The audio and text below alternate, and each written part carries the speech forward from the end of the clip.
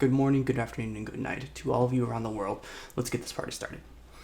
Today we're reviewing Call of Duty 2 Big Red 1. The game released on November 1st, 2005 to the critically acclaimed Call of Duty series. In fact, this is the 5th game in the series. Yes, it's confusing because it's Call of Duty 2, but yes, in fact, this is the 5th game in the series. Let's get into the nitty-gritty of it. This game is based off the U.S. Army 1st Division, aka the Big Red 1.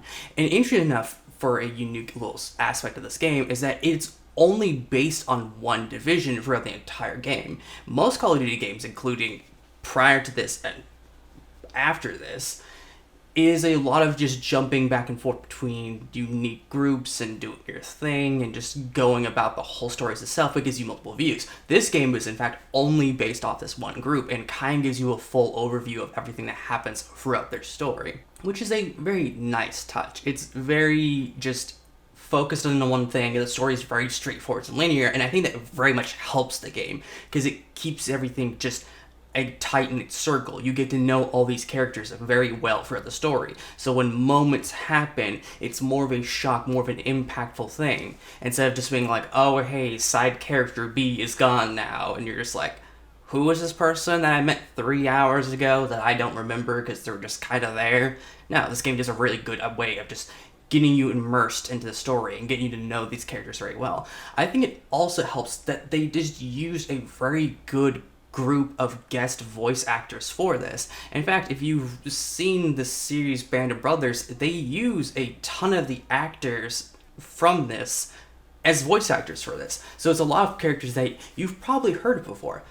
Also, if you've noticed when you start the game and there are early menus and things going into the game, you'll hear that the voiceover is in fact Mark Hamill, which I do enjoy. I do like those little celebrity touches of, hey, let's make it so you can actually recognize these people, and it helps mold more of an actual real story to this instead of just being generic narrator here.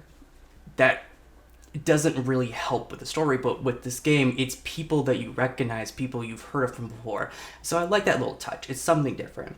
Getting into the nitty-gritty of the game, it is a basic, straightforward first-person shooter.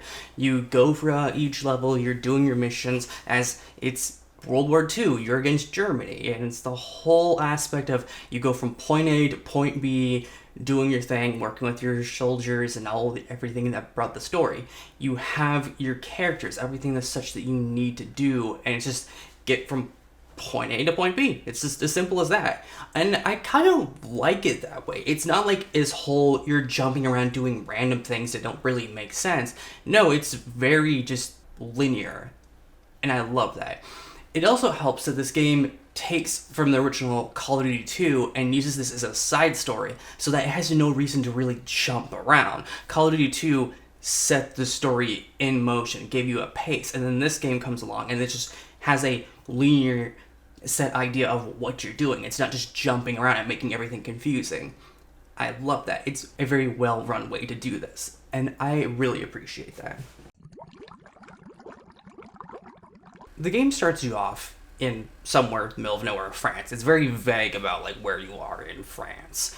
It's kind of a prologue, start the story, you get a little generic idea of what's going on with your characters, what you need to do, and they immediately throw you into the action with the worry of, oh hey, it's about to go bad, we need to do stuff, let's hope this goes well. And it's kind of a strange start to the game, because they kind of just like throw you in there, not really explaining anything to you, you're just there. But then as the game progresses, they throw more effort into it.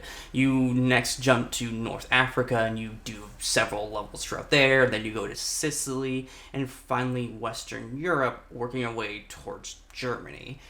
And it's a strange start to this game, because it just comes out of nowhere. And I get it, like, you have to have some way to start the story, but it's weird that they don't really give you some form of recap or something just to explain to you, hey, this is exactly why you're here, this is what you're doing here. It's just like, hey, here's the prologue, this happens, and now here's the story. Like, okay, how does that exactly help me understand things? But oh well, at least the gameplay is very fun. And getting into the gameplay, The game, it does a really good job with just giving you a variety of weapons to play throughout the game. So you're not just forced into having the same generic gameplay over and over again. This doesn't really have a level of repetitivity to this.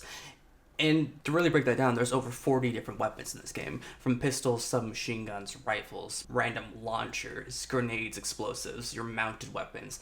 They give you a giant variety of things so that your gameplay isn't just the same over and over again. You get to pick up new things and try out different stuff and find what you like and what you don't like. It gives you options, it gives you a variety, and that's a good way to do this. So much so that they end up using a lot of the models and animations throughout this game in Call of Duty 3 and its successor, Call of Duty World at War, which is kind of crazy because World at War is the game that released zombies.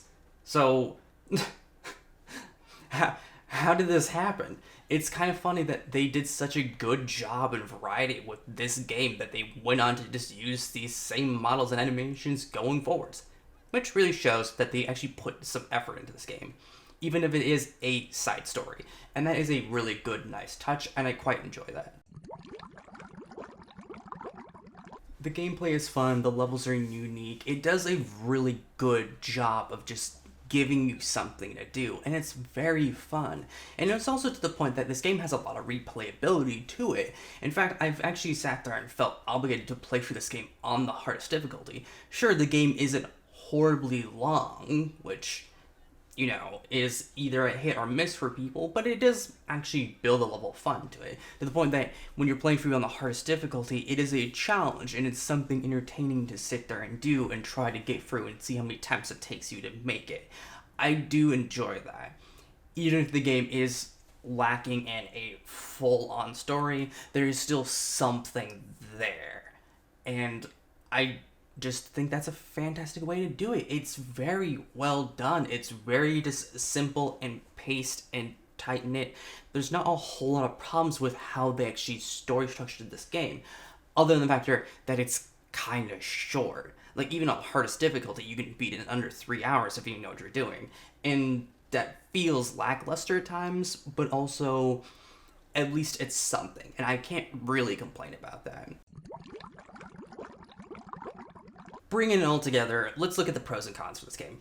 First off, the pros, the weapon variety is amazing. It is very well done, it's very well thought out. I love the difference between choosing between different pistols and your rifles to submachine guns. One of the unique things I do enjoy about this game is that everything, yes, is different, everything plays different, but you can also find different variants of weapons to run about. You can find scoped versions of a gun that zooms in very well for a longer distance shot, or you can find one without a scope, and it's kind of just like, aim and hope you hit them. They actually put a variety into things, and sometimes you'll have weapons that you love, sometimes you'll have weapons you hate, and it kind of gives you the situation of use what you want, or do whatever you want with that gameplay, and that's a very well done, smart idea about this. Also, let's get into the levels. The level design are fantastic. They're very well done for this time period, and it's just amazing to me how well thought out these are. They're not confusing, they're not horribly designed, they're just simply straightforward. Yes, there are like complex, cool designs and like buildings and areas you're at in the environment.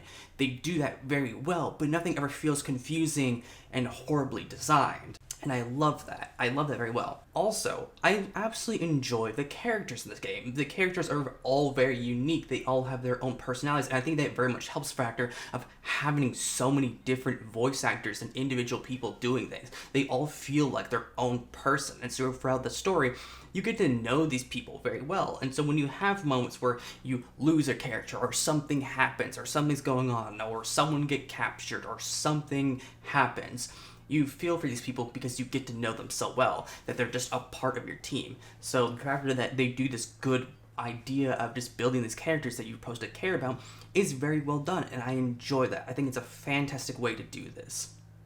And with that, let's get into the cons. And really, I only have one major con for this game, and it's the map.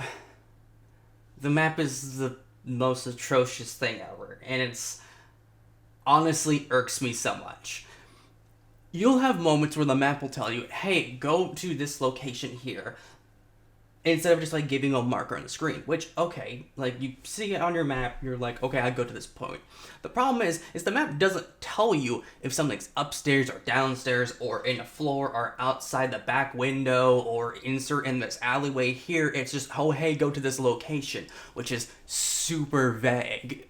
And I'm like, okay, that's helpful so much. Like, yeah, there's a little objective system that you can check, but you're almost better off just looking at that and walking to the location and just kind of eyeballing off where it's at on the map, and you'll eventually find it. Yeah, there's moments where, like, I'll sit there and look and be confused because I'm where I'm supposed to be on the map, but turns out I'm supposed to actually walk out the door and walk around the wall, and it's right there. But because the map is so zoomed out for your marker, it's just kind of just sat there. So it covers the inside of the building, part of the wall, and part of the outside. It's like, how does that help me? That doesn't show me anything.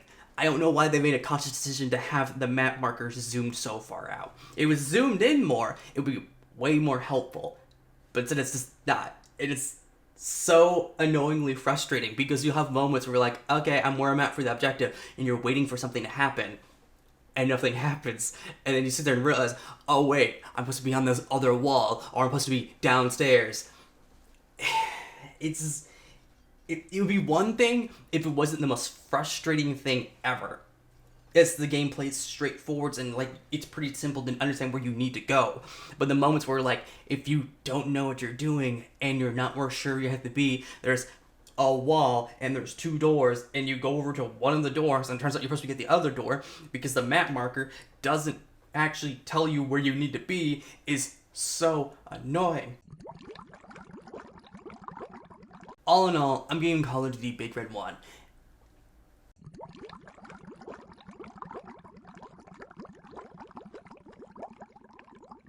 an 8 out of 10 fins. I think this game is actually fantastic. I think it does a very good idea and objective of what you're supposed to do and how you're supposed to do it, and just have fun with it. It's very simple and straightforward, and it's a good time. Sure, the map is horrible. It is the worst designed map I've ever seen in video games. Not really this exaggeration, but it's up there. The map frustrates me, guys. Okay, this just rant. It's a horrible map. All right, map is garbage fire. Rant over. That being said, guys, I think this game is fantastic. I think you should pick it up, and I think you should just sit down and enjoy it. It's a fun experience. It's simple. It's straightforward. It will give you a nice evening little thing to do, and if you enjoy the game enough that you want to play through it multiple times, then that's good because you're getting multiple playthroughs out of this game, and I think that game is honestly worth multiple playthroughs. With it, guys, thank you. I love you all. I hope you guys have a fantastic rest of your day. Goodbye.